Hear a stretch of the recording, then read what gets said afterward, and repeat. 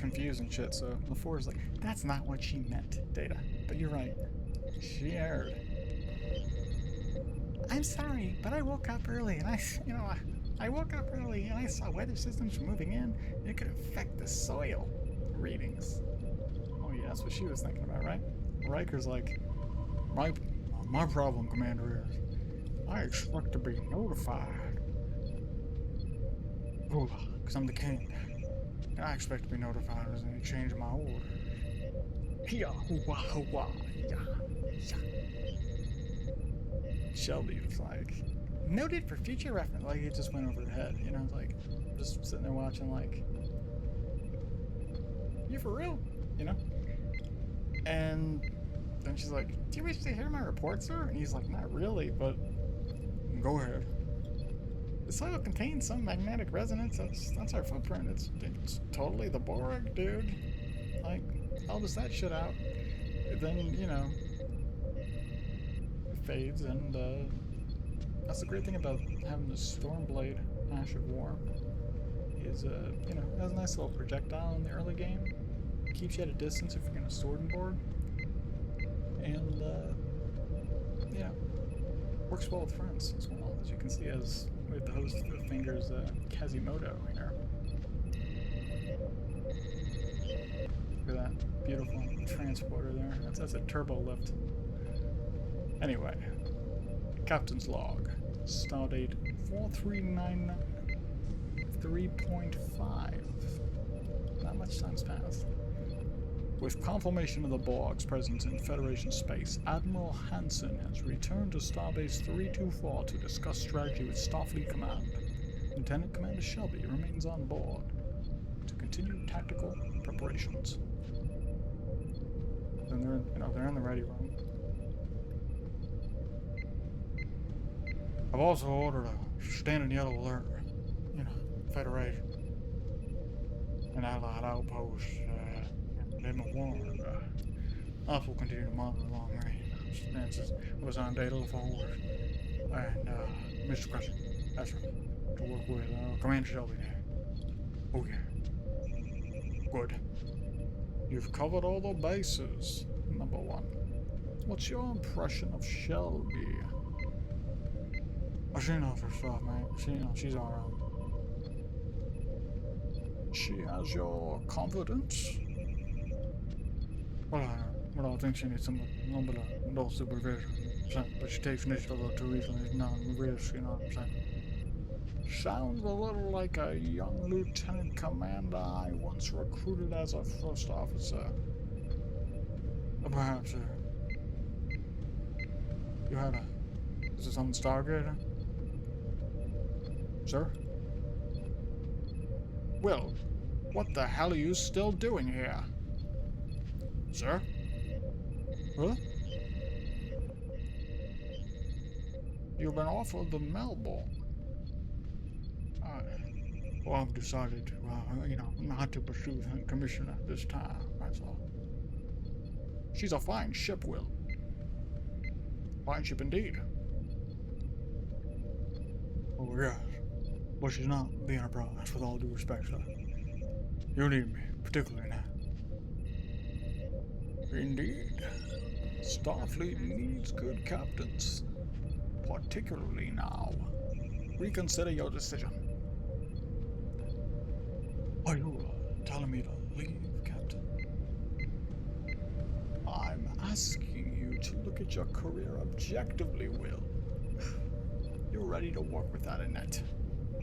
You're ready to take command. You know, the Enterprise will go just fine without you. That you are. So, we beat the shit out of this giant stone digger troll. And that's basically, at this point, Shelby's the stone digger troll.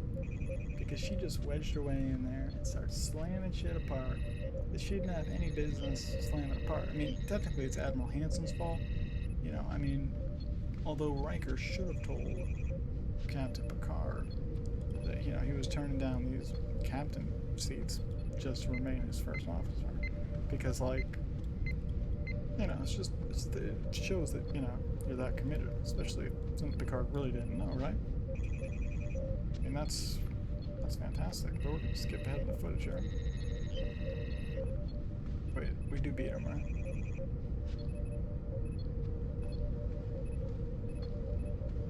You kidding me? Yeah, skip to. Do we not? Fuck, wait.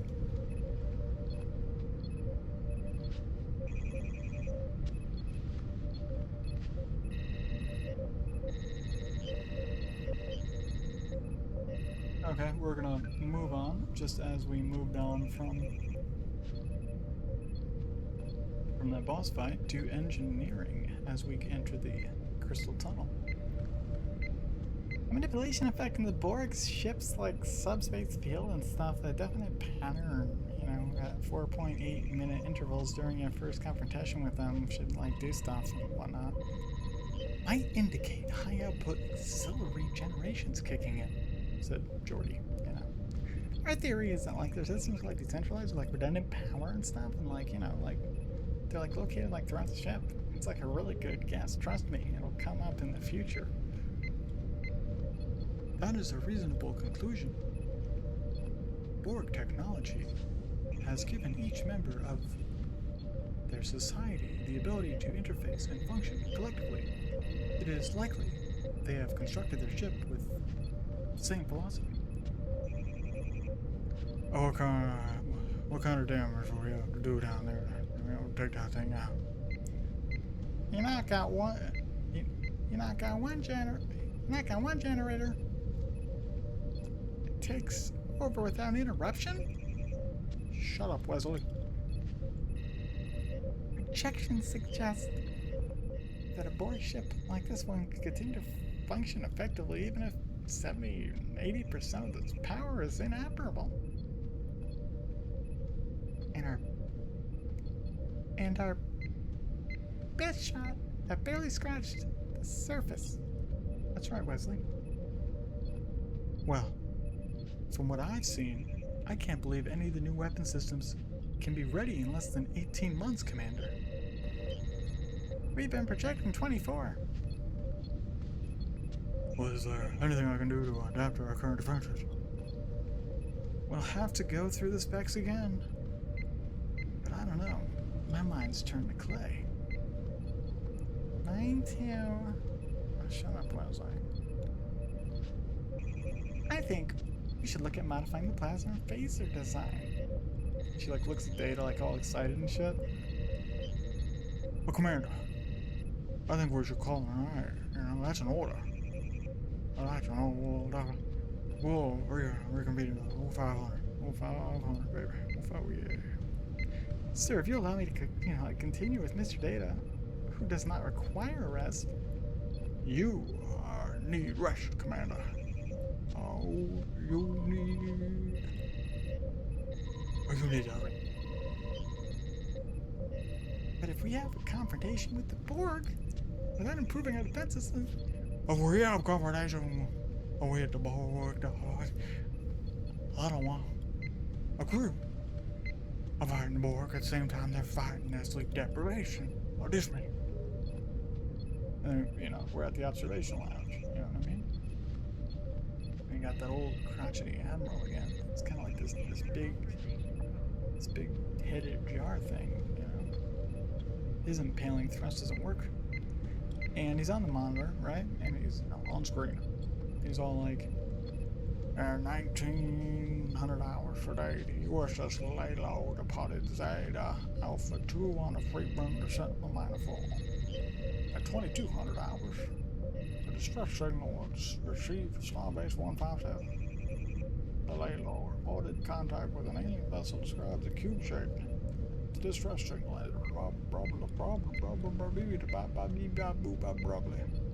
she's not been heard of since.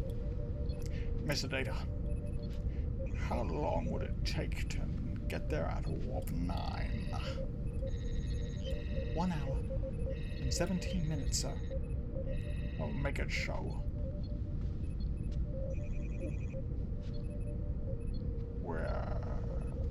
Make it show, yes. Hansen's on the monitor, Admiral Hansen, right? And he's all like, thanks for calling me JP dog, but he's all like, you know, we're coming on with everything available. Here's a message that says to the captain, but the closest hold is fucking 6 days away and shit. We'll try to keep them occupied until you arrive, said Jean-Luc. This little Porsche has a plan to like modulate shield mutation. It's like totally awesome, and like hopefully that'll hold them off for a while. At the same time, we'll be returning phasers to higher EM-based emitting frequencies to try to disrupt the subspace field. What's your assessment on our potential effectiveness? Well, it's a shot in the dark, Captain, but for now, it's the best we can do. Dismissed. So, reading unidentified vessels entering Sensol range. Bearing 210 Mach 151. Hail there, Mr. Wolf. No response, sir. Move to intercept. Aye, sir. Sir, if the vessel has changed course to intercept us, which it has, approaching at warp 9.3, entering visual range. Launch screen. Magnify. And it's a big fucking cube. It's definitely a Borg cube. You know, like it's like a Elden Ring boss. It's a Borg cube. Mr. Wolf, dispatch a subspace message to Admiral Hansen. We've engaged the Borg. And you got this dramatic music, right? You know what I'm saying? And the Borg are OP, kind of like the meteorite staff, which is where I'm taking Kazimoto at this point, here in Kaelid, to go find. And that's what's going on right here as we kill the giant mushroom head guy. So we got a Borg cube, I mean, and a meteorite staff. Then, you know, Picard's, you know, he's not happy. He sees a threat that was introduced to him by Q, and, you know, shit's not too hot. We got heavy losses from other ships. It's a disaster. Similar to the Scarlet Rot and Poison buildup. Like, this is the situation. Assimilation. Resistance is futile. I am D-E-A-D dead. Look at that. You died. Oof. So anyway, you know, like, I'm returning to my world, right?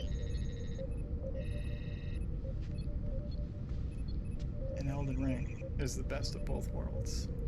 So continuing on, like, you got this Borg cube. It takes you out just like that. Mr. Wolf, dispatch a subspace message to Admiral Hansen. We have engaged the Borg. Captain, you are being hailed. I am? Yes, Captain. By name. Data. Is it the same ship, you know, we faced at J25? Uncertain, Commander, but the dimensions are precisely the same. On screen, I'm Jean-Luc. And then the screen, you know, just shows the inside of the Borg cube, which is terrifying. You see all these assimilated people and all these fucking wires and shit, right? It's like a fuck on your head. And, you know, it's a bunch of voices speaking at once, and you got the robotic effects, and they vocoded the shit out of it and layered it, and good sound design, you know? And it's all like, Jean-Luc Picard, Captain of the Starship Enterprise, Registry NCC-1701D. You will lower shields and prepare to transport yourself aboard our vessel. If you do not cooperate, we will destroy your ship. Picard's all like, whatever, man. He's all like, you have committed acts of aggression against the United Federation of Planets. If you do not withdraw immediately... And then, you know, the Borg are just like, lulz, war crimes, what? You know, they're like, you will surrender yourself. or we will destroy your ship, the Enterprise 1071D, which is a pretty nice ship. Your defensive capabilities are unable to withstand us. Sound goes out for a second. It goes dark for a split second, you know? What the hell do they want with you? I thought they weren't interested in human life forms, only our technologies. Interjects Shelby, a worthless character. Something that this game does not have. Their priorities seem to have changed. Open. Channel open. We have developed new defense capabilities since our last meeting and are prepared to use them if you do not withdraw from Federation space. Captain. Yes, Jordy. The shields are being probed. I'm modulating mutation. Which when he says it, it sounds like he's doing something really badass. Like he's like, yo, I got this shit figured out, but it's just like he's doing something, you know what I mean? And then like, Worf's all like, alright, Jordy, thanks for the update, you know? And he's just like, Captain, the Borg are attempting to lock onto us with their tractor beam. Low torpedo bays on phasers. Lock coordinates on the source of the tractor beam. What's your yield status? Holding, sir.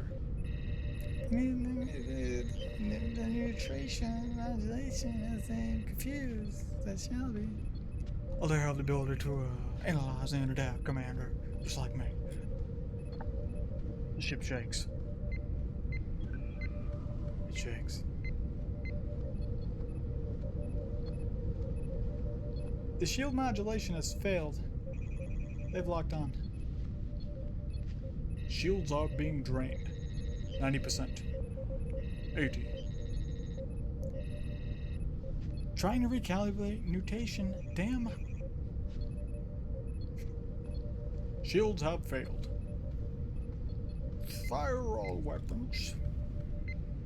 Give them a taste of the Federation. Their subspace field is intact. New phaser frequencies had no impact. Reverse action. Vroom, baby. Vroom. The reverse. We're not moving. Fire at will. No, not at... No, this has nothing to do with your job. Number one, I meant... fire at will, not... Shelby being here, I can understand that you'd be maybe thinking that mutiny... You have experience with mutiny, and I just didn't want any misunderstandings.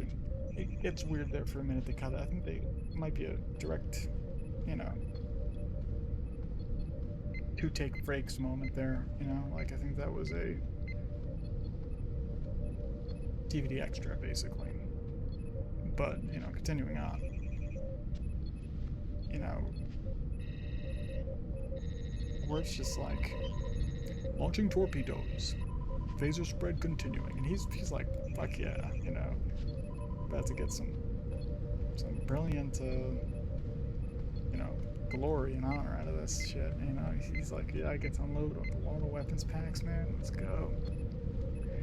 And just like the poison that is the Borg, I mean, the Borg weapons just cut through the Enterprise like a hot knife through butter. Or like this poison. Squishy character at this point in Elden Ring, you know what I mean? The computer's all like, warning, outer hull breach. There. They're cutting into the hull. Engineering section. Majority. Evacuate engineering. Computer, evacuate sequence. Sealing doors to core chamber. Come on, move it. People, let's go. Decompression, danger. Deck 36, Section 4. Sealing main engineering. Data! Fluctuate phaser resonance frequencies, random settings. This'll do it. Keep them changing. Don't give them time to adapt. And, you know, finally, Shelby does something intelligent and it works, you know? It destroys does, you know, does what it's supposed to do, I guess, you know? And Worf's all like, super, like, old, you know, he's like, the tractor beam has been released. Warp 9. Course 151 Mach 330, engage. And, you know, Geordi sends them into, you know, warp and whatever, or, you know, they go to warp and Geordi enters the bridge. He'll walk up there like, I just, you know, got a bunch of people on here, you know? And, you know, like, he's all like,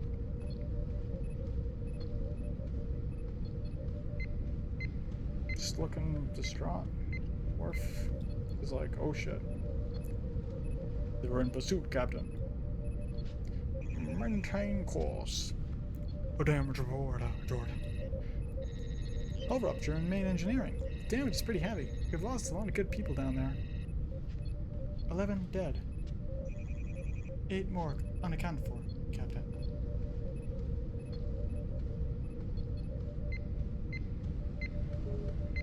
Prepare teams to engineer and seal the whole bridge.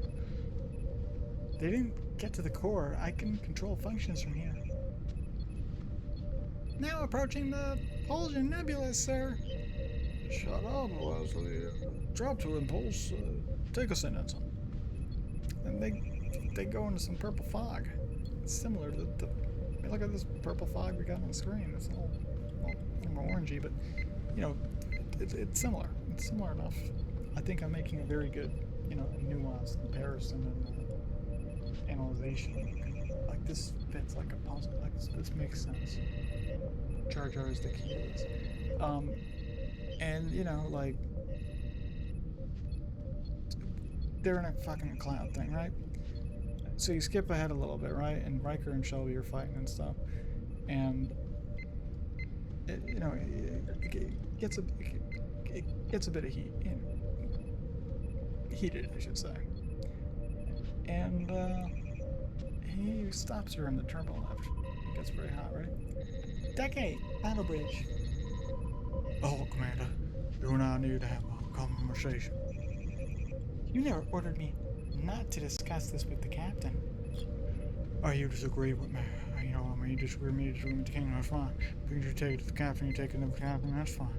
But you do it through me, you know what I'm saying? You're doing hand around again, snap your back so hard, motherfucker, and you're gonna be in the first one, you're dead again. May I speak frankly, sir? By all means. You're in my way. Oh, really? Oh, how terrible for me. Oh. Yeah, I'm gonna snap back. All you know how to do is play it safe. I suppose that's why someone like you sits in the shadows of a great man like Jean-Luc Picard. For as long as you have. Passing up one command after another?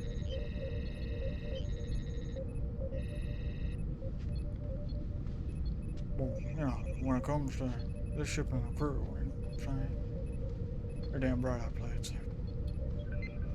You can't make the big decisions, Commander.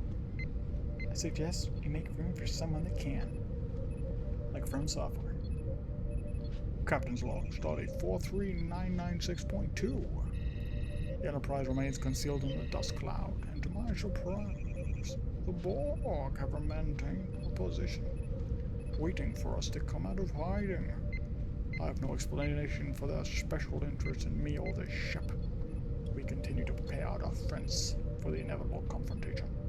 But I must admit, on this night, I contemplate the distinct possibility that no defense may be adequate against this enemy.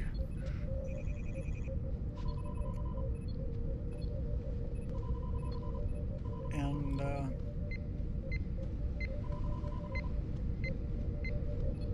I felt that many times in Elden Ring. The enemies, they seemed, you know, how could I beat this thing? Insurmountable. I mean, insanity. Great design, you know what I mean? And I may not have had a guidance to rely on, like Jean-Luc did in 10 Forward immediately after, you know what I mean? But I can tell you one thing. Playing Elden just like this episode, is the best of both worlds. And like this episode, and like this review, it's part one.